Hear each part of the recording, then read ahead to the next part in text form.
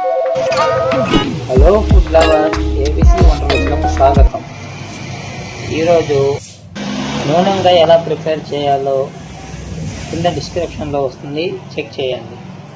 అంతవరకు మనం ఒక చిన్న కథ డిస్కషన్. అనగనగా ఒక రాజు.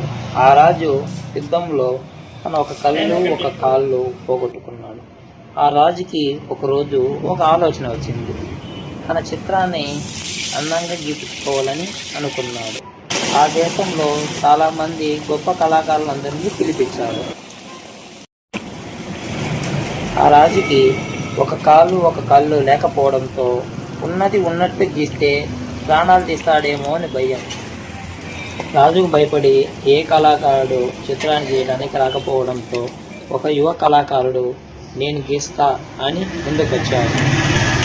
అతను కొంతకాలం గడిచాక రాజు చిత్రాన్ని ప్రవేశపెట్టడంతో అక్కడున్న వాళ్ళందరూ చూసి ఆశ్చర్యపోయారు.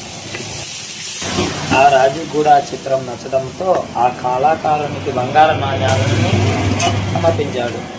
ఆ చిత్రం ఎలా ఉందంటే, రాజు తన మోకాల మీద కూర్చొని ఒక యుద్ధంలో యుద్ధ వీరుల్లాగా యుద్ధం చేస్తున్నట్టు గీశాడు.